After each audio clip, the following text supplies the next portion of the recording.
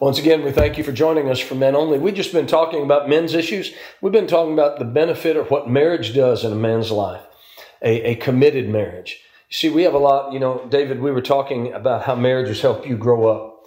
We have a lot, and men, I'm going to be honest with you, there's a lot of immature men out there that they can't stay committed to one woman, and they've got to run from woman to woman to woman. But, the truth is, marriage, true commitment, benefits you, helps you. The studies show you live longer, you make more money. I mean, goodness, a guy that's been married and divorced 3 or 4 times and got kids all over the place, you're going to just about be broke anyway, paying child support. There's a lot of stuff out there. But I appreciated you'd been through a failed marriage, but there was recovery and you learned from it. Yep. And you went into your second marriage, ain't going to fail. Absolutely not. All right.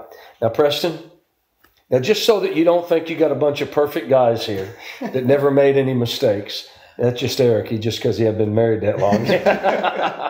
Preston, you were married once before. Yes, it was. It's probably one of the biggest regrets I had in my life.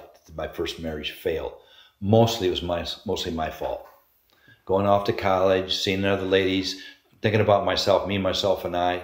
I wasn't a Christian at the time. So I just thought, hey, it is about me, myself, and I. It got me in trouble. I didn't work with my marriage. I took advantage of her and started having wandering eyes. Got me in trouble. Got a divorce. Probably one of the lowest points in my life at that point in time. And it took a while. And then once I became a Christian, knowing that it's forever. We're committed. We don't use the term divorce. It's not used in our vocabulary. We've learned that commitment. And again, within that commitment, stability. Married men live longer. We're healthier. We're happier. And the joke was before, when the camera wasn't on, I know the men are happier. I'm not sure the wives are happier, but the men are certainly happier. So that's all proven by the data out there, statistics. With stability, as Eric talked about, says, just go home. There's nothing at home. We have somebody there, a companionship. I hate coming home to an empty house. It's wonderful to come home with my wife being there. We have a very crazy household with 9 grandkids up and around all the time. So it's nice to have peace and quiet. But again, that commitment is what it's about. And then that commitment, stability, and love grows out of that commitment. And you don't want divorce. That hurts everybody. You're hurt, the guy's hurt, the woman is hurt, and if you have children, they're devastated for life. Studies show that they're injured for life. It takes a lot of counseling. It takes a lot of things afterwards to patch them up again, to get them to being whole beings that they're supposed to be. So guys, don't look. Grass is not greener on the other side. And it's not just about me, myself, and I. And as a young man, it was about me, myself, and I. Had my plans, had my goals, going to do this, going to do that. Oh, I have a wife. Have a child. And it wounded my relationship with my son for many years. And we've been able, through God's grace, put that relationship back together again like it's supposed to be. And it's a good relationship. But it's still regret because that stays with you. When you have divorce and you have children on divorce, that's always there. You always see your mistake forever and ever and ever till you die. It's always there. Now, God's grace, you can get a second chance. All right. With that, now, how is your marriage to Debbie? What has it done for you? How has it matured you? What does it help bring out of you as compared to your first marriage? It takes away the selfishness that's in every man. It really is. And today, I think it's even more apparent. It's that society says it's about you. It's all about you. Whatever you can get all the gusto. Go around. Do whatever you want to do. It's all about making yourself happy. It isn't about making myself happy. Happiness comes by pouring into something, being committed to something, and growing something together. We're growing a family together. I've got a daughter that's on the mission field. If I hadn't not had that relationship with my wife, hadn't become a Christian, I'd never have a daughter. I'm proud of having a daughter in the mission field. So it's just pouring into something, pouring your effort into that, and quit pouring it into yourself, because it's not about me. It's never been about me. It shouldn't be about me. It should be about what can I do to help support my wife and love her, and what can I do for my children. And David said earlier, one of the things, to your wives to see that you love your children, our children together. It just melts their hearts. But divorce is not an answer. It's a consequence of not doing the things you should have done. And lots of times, unfortunately, it falls upon the man's shoulder. Not in all cases, but many cases it falls upon the man's shoulder because he wasn't paying attention to his spouse, wasn't working that, wasn't pouring in. If they gave that same devotion to his sports or the same devotion to his hobbies, hunting and fishing and golfing, that never would have happened. You said that, and there was somebody here recently called me up, and we were talking. He said, "What'd your team do in the draft?" And I said, "The what?"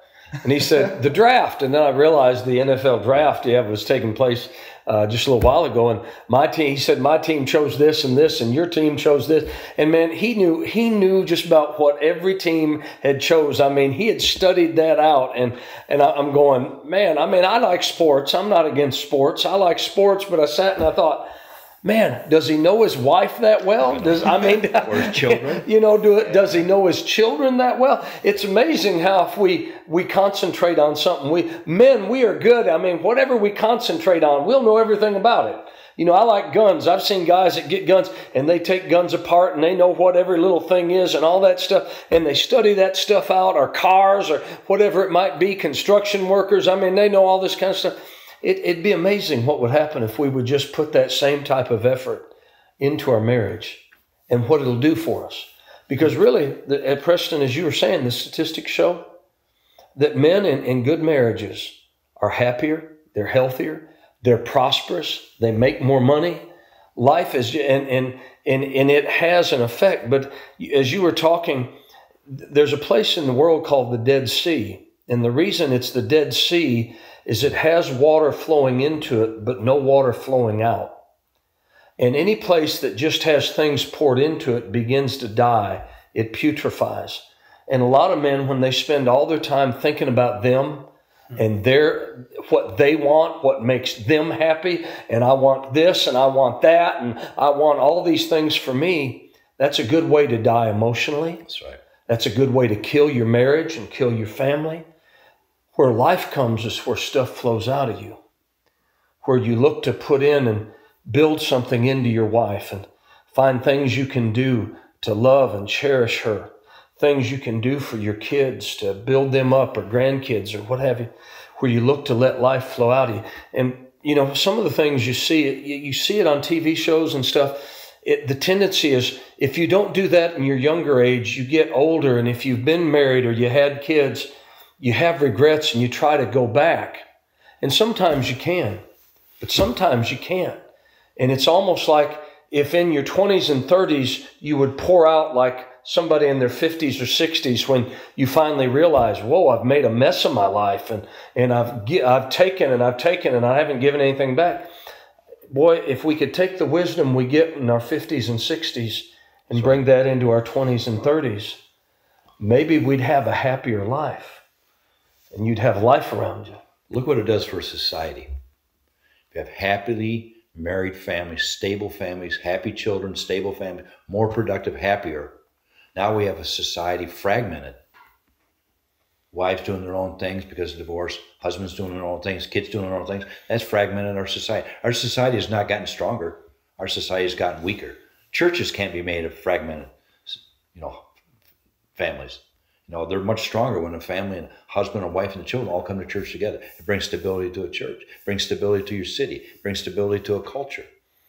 And what's happened is it's been the propaganda of the news media and what they say happiness is a lie. It's a flat out lie. Having this woman, having this drug, having this car, having this house is a lie. There's no stability. There's no long-term satisfaction. It's just something. You'll go and say, oh, that's it. Patty Page singing a song years ago says, is this all there is? Is this all there is? And that's what happens. You find out. Solomon.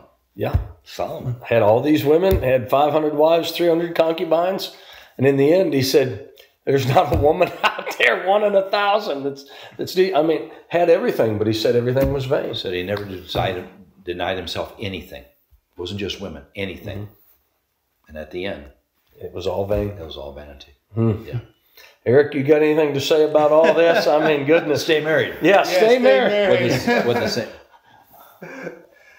But yeah, it's just the stability. And like I had a thought brewing when you were talking about church being stable with families. Oh, there it is.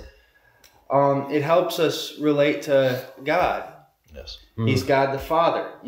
How do you know who a father is if your parents are divorced and you're living with your mom? That's right. Or you've had 5 live-in fathers. Yeah.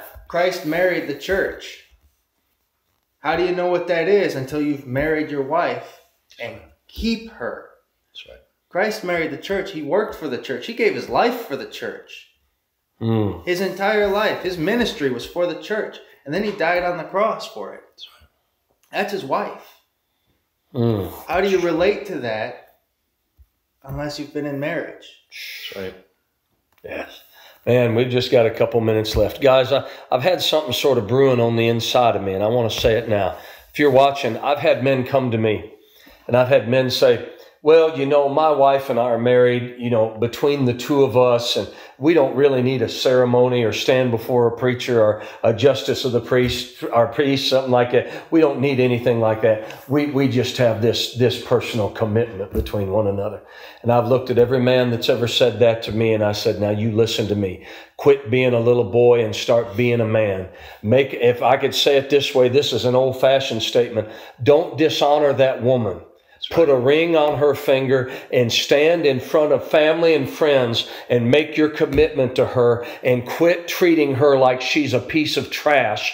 Honor her enough to say, honey, I want to marry you. I want to make this legal, and I want the world and everybody else to know I have made a commitment to you, and put a ring on her finger and put a ring on your finger, because really all you're doing is being a little boy that you want your cake and you want to eat it, but you don't want to do the real stuff. You don't want to go through with the real commitment that it takes, because a real man will make a commitment and take the responsibility of having a wife. So if you're a real man, you'll marry that woman and quit dishonoring her by living with her without the commitment of marriage. So if you didn't like that, too bad, so sad. Every guy I've ever said that to didn't like it either. But I'm going to tell you the truth, because if you've got any type of equipment, I'm trying to be nice, you'll do what's right. But if you don't have any, then you'll just keep doing what you have been doing.